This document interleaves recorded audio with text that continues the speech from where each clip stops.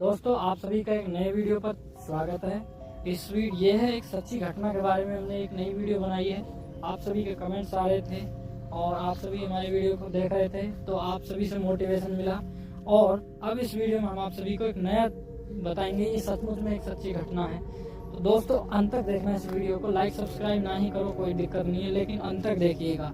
तो यह वीडियो एक सुनसान रास्ते की है, जंगल में रहते हुए लोग की है, जहाँ पर एक बस्तियाँ होती थी और एक सुनसान रास्ता था पहाड़ों के बीच से।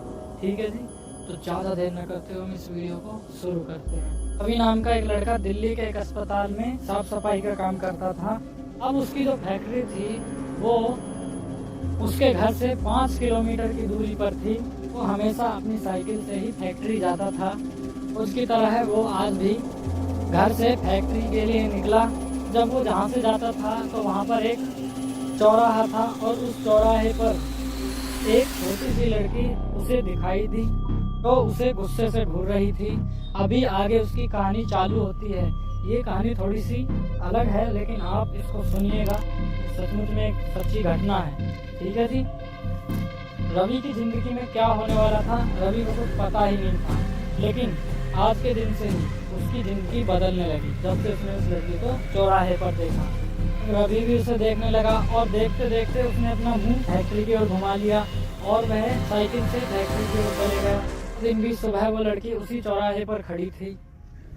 ने उस लड़की को अब पलट कर ही नहीं देखा और वह सीधे अपनी कंपनी की ओर चले गया। तो हर हफ्ते भर वह लड़की उसी चौराहे पर रवि को दिखाई देती थी और वह रोजाना उसे थोड़ा सा देख करके ही, और ना भी कभी कभी ना है देख करके, सीधा अपना मुंह कंपनी की ओर फेर करके चले जाता था। निहत्ते उसे इस तरीके से घूरती थी कि वह उसे तुरंत ही खा जाए। जब रवि उसे घूरता था तब तो कोई बात नहीं थी, और वो घूरती थी तो कुछ चालाकी सी और थोड़ा सा डरपन उस रवि के दिल में बैठ गया। अब क्या हुआ, एक सप्ताह के बाद जब रवि अपनी फैक्ट्री की ओर जा रहा था, तब उसे वो लड़की उसी जगह पर खड़ी मिली।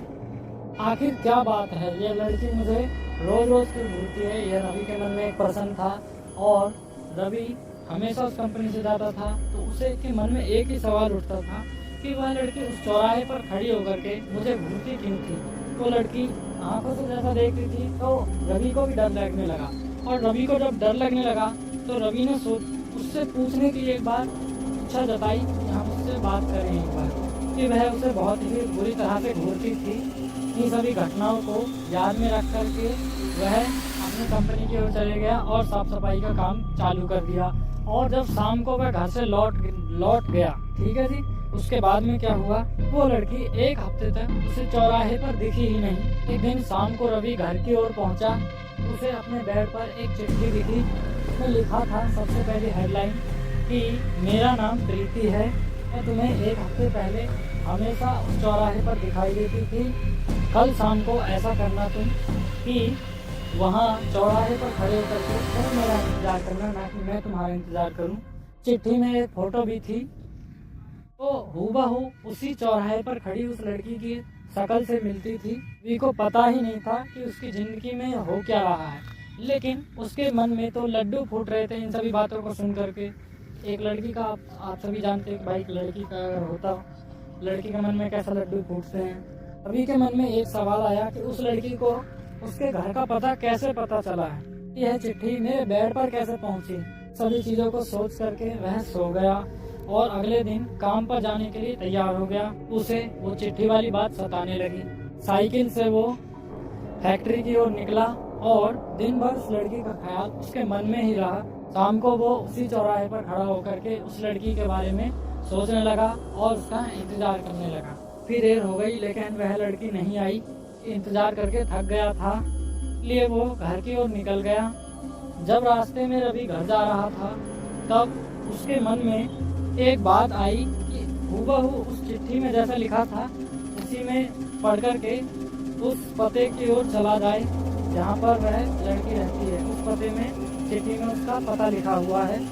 अब रात को तो वह थका हुआ आया था और दिन में उसने सोचा कि मैं उसी लड़की के घर जा करके उसका इंतजार करूँगा। रवि सुबह नहा धो करके तैयार होकर के उसी लड़की के घर के पते की ओर जाने लगा।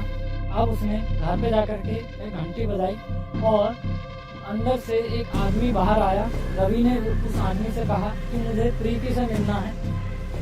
यह सुनते ही वह आदमी चौंक गया। उस आदमी ने जवाब दिया और कहा कि तुमने क्या कहा, प्रीति से मिलना है? मैं मरे हुए तो 2 दिन हो गए हैं। क्या तुम्हें वो लड़की खूबसूरत कपड़ों में मिली, उसके बाल बिखरे हुए थे, या उसका कुछ चेहरा, आपने उसकी कुछ क्वालिटी देखी? तो रवि ने इस चीज़ पर जवाब दिया, हाँ मैंने उसकी कुछ क्वालिटी देखी। वो मुझे रोज़ दफ्तर से जाते हुए घूरती थी, मानो जैसे कि वो मुझे आज ही।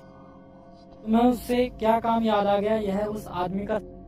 यह सुनते ही रवि के होश उड़ गए। रवि का शरीर डर के मारे कांपने लगा।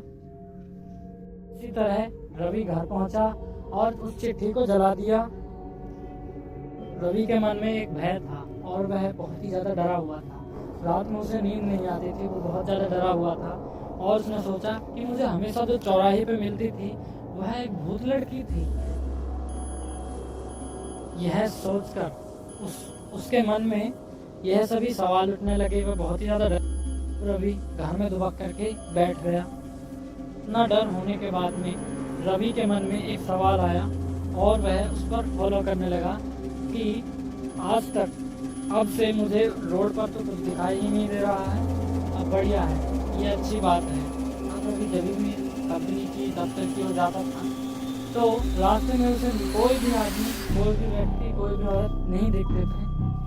लेकिन इस बात का असर रवि के दिमाग पर पूरी तरह से छा गया था। लेकिन अभी भी उसे एक न एक चीज हमेशा सताती थी, हर हफ्ते। तो इस कहानी से आपको सीखने के लिए यही मिला है कि किसी अनजान के बारे में सोचना नहीं चाहिए। बिना किसी व्यक्ति की जानकारी के उसके घर की तरफ नहीं जाना चाहिए, वरना आजकल बुरी आत्माओं का साया है, वह पीछे लग जाता है। आप सभी जानते हो। जय हिंद, नमस्ते। आप सभी के हिसाब से बताइएगा कि भूत होते हैं या नहीं होते हैं।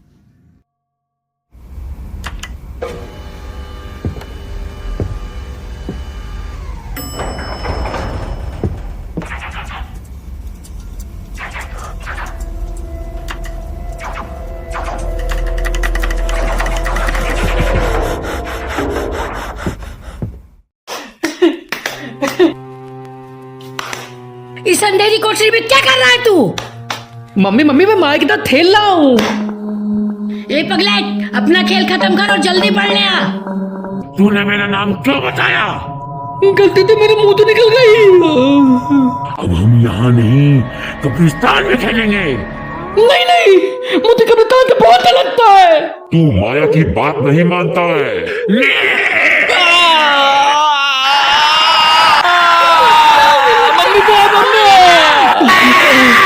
मेरा बच्चा।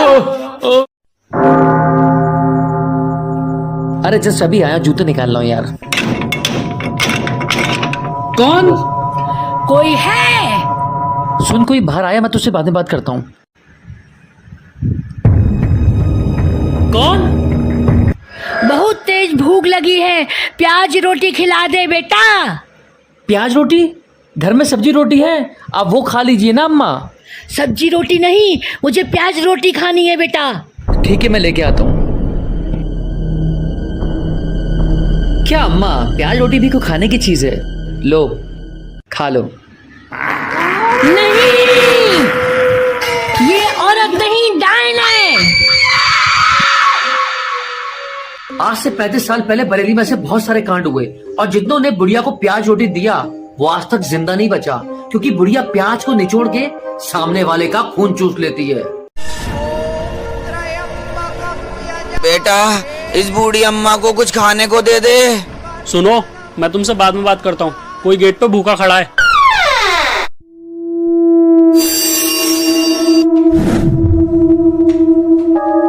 रुकिए अम्मा, आपको भूख लगी है ना, तो ये खा लीजिए। लीजिए। बेटा, मुझे ये सब नहीं चाहिए, बस एक प्याज रोटी ला दे। प्याज रोटी? ठीक है।